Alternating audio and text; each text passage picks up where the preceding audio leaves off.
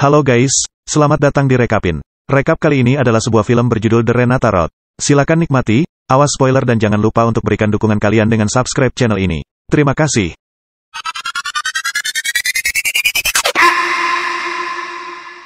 Adegan pembuka film menampilkan orang asing yang berniat menginap di hotel terpencil bernama Renata. Di sana, ia diterima oleh manajer hotel yang memandunya menuju kamar yang telah dipesan. Orang asing itu tampaknya memiliki kecenderungan obsesif-kompulsif saat ia mulai menata barang-barang di kamarnya dengan rapi. Setelah beristirahat sejenak, ia berjalan keluar dan berjalan-jalan di sekitar hotel yang tampak sepi. Dia menjelajahi berbagai area seperti kolam renang dan ruang biliar sebelum akhirnya kembali ke kamarnya. Saat malam tiba, dia mematikan lampu untuk kembali tidur, tapi dia tidak bisa tidur. Ia pun kembali menyalakan televisi dan memutuskan untuk keluar dari kamarnya. Dia berjalan ke bar hotel dan bertemu dengan bartender yang memberikan tawaran minuman. Namun, orang asing tersebut memperhatikan aturan yang menyatakan dilarang minum setelah jam 9 malam, jadi dia dengan sopan menolak tawaran tersebut. Keesokan paginya, orang asing itu sedang sarapan dan duduk di samping seorang wanita tua. Dia memegang sebuah buku merah di tangannya, tapi alih-alih fokus padanya, dia melihat sekeliling dengan ekspresi penasaran meskipun wanita tua itu mencoba berbicara dengannya. Pikiran orang asing itu sepertinya melayang ke tempat lain. Setelah sarapan, dia berjalan menuju kamarnya ketika dia melihat seorang wanita bernama Gini sedang melakukan yoga. Dia memperhatikannya selama beberapa saat dan begitu wanita itu melihatnya, dia berjalan pergi. Selanjutnya, dia bertemu dengan manajer hotel yang sedang menempelkan papan peraturan dan regulasi baru hotel. Di sampingnya, ada istrinya yang lumpuh di kursi roda. Kemudian, orang asing itu pergi berenang. Setelah beberapa putaran, dia berbaring di kursi sambil memegang buku di tangannya. Gini pun memasuki area kolam dan dengan anggun menyelam ke dalam air. Orang asing itu tampak terpikat oleh kecantikannya, sehingga dia tidak dapat mengalihkan pandangan darinya. Tidak lama kemudian, Gini duduk di sebelah orang asing itu dan mulai mengobrol serta menggodanya tipis-tipis, membuat orang asing itu menjadi bergairah. Akan tetapi sebelum orang asing itu bisa mengatakan apapun, pacar Gini menjemputnya dari situ. Di malam hari, orang asing kembali ke bar hotel, di mana kali ini bartender menawarinya rokok. Orang asing sekali lagi memperhatikan aturan dilarang merokok, namun bartender meyakinkannya bahwa tidak apa-apa untuk merokok. Mendengar hal tersebut, orang asing pun memutuskan untuk menyalakan rokok yang mana justru membuatnya terbatuk-batuk. Film pun berlanjut saat malam tiba. Orang asing itu sedang bersiap untuk tidur, saat tiba-tiba dia terganggu oleh suara rintihan Gini dari kamar sebelah. Rintihan tersebut benar-benar membuat orang asing itu bergairah dan akhirnya dia pun kous. Keesokan harinya, orang asing itu pergi ke ruang biliar, di mana dia bertemu dengan penghuni penginapan lain, yang mengaku sebagai seorang pengusaha. Saat percakapan mereka berlanjut, orang asing tersebut bertanya apakah pengusaha menyadari sesuatu yang aneh di hotel Renata ini, yang kemudian dijawab negatif oleh si pengusaha tersebut. Melihat gerak-geriknya yang kebingungan, sang pengusaha pun mencoba menawari orang asing itu sebuah pil, memastikan bahwa pil itu akan membuatnya menjadi orang yang benar-benar berbeda ketika dia bangun dari tidur. Pengusaha tersebut juga siap memberikan pil sebanyak apapun asal orang asing itu mau membantu dirinya menemukan kunci salah satu kamar di hotel tersebut. Kemudian, dalam perjalanan kembali ke kamarnya, orang asing itu tiba-tiba bertabrakan dengan salah satu pelayan. Saat mereka sedang mengambil barang-barang mereka dari lantai, orang asing itu mencoba memulai percakapan dengan sang pelayan. Namun sang pelayan justru berkata kenapa orang asing itu menginap di Renata, yang mana membuat orang asing merasa aneh. Keesokan paginya, kita diperlihatkan ketika si orang asing baru bangun dan terlihat lebih aktif dibandingkan sebelumnya.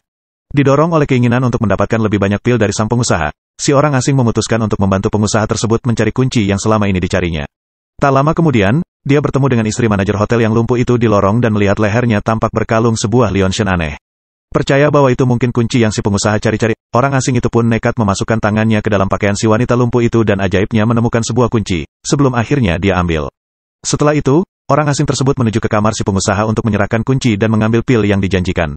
Begitu dia sampai, dia malah kaget saat melihat si pengusaha sedang asyik bermain kartu dengan manajer hotel. Mereka kemudian meminta orang asing tersebut untuk bergabung dengan mereka dalam permainan. Di tengah permainan, manajer hotel harus pergi karena beberapa alasan. Memanfaatkan kesempatan tersebut, orang asing pun langsung menyerahkan kunci yang si pengusaha minta dan menerima sebuah botol berisi pil dalam jumlah terbatas. Si pengusaha kemudian menantang orang asing itu untuk memainkan satu permainan kartu lagi dan menjanjikan sebotol penuh pil tambahan jika dia menang.